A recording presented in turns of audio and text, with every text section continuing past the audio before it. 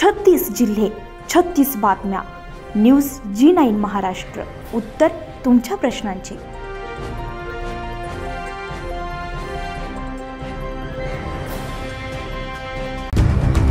पैठण तालुक्यातील रांजणगाव दांडगा या गावामध्ये गावठाण डीपीची अवस्था पाहण्यासारखी झाली असून 3 दिवस झालेत गाव अंधारात आहे. तरीही MSCBचे कर्मचाऱ्यांना फोन लावल्यास 2 ते 3-4 वेळा फोन लावल्यास फोन उचलत नाहीये. कदाचित फोन उचलल्यास वरच्यावर काम करून घ्या असं देखील त्यांच्या जबाब असतात. चिल्लर कामाला फोन करून कशाला डिस्टर्ब करतात असे देखील त्यांचं बोलणं असतं. तिकडेच पैसे देऊन काम करून घ्या असं देखील म्हणतात. त्यामुळे गावकऱ्यांमध्ये तीव्र आक्रोश निर्माण झालाय. डीपी रोडलगत असल्यामुळे ये-जा करणाऱ्या लोकांना शॉक लागण्याची भीती वाटते. तसेच ज्या शेतकऱ्यांच्या शेतामध्ये डीपी आहे त्या शेतकऱ्यांचे कापूस या पिकाचं नुकसान झालंय.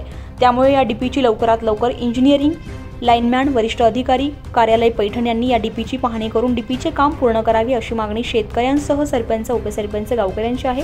मागणी पूर्ण झाली नाही तर पॉवर हाऊस समोर आंदोलन करण्यात येईल असे आमचे न्यूज G9 महाराष्ट्र चॅनलचे पत्रकार सत्तार शेख यांच्याकडे भावना व्यक्त केल्या.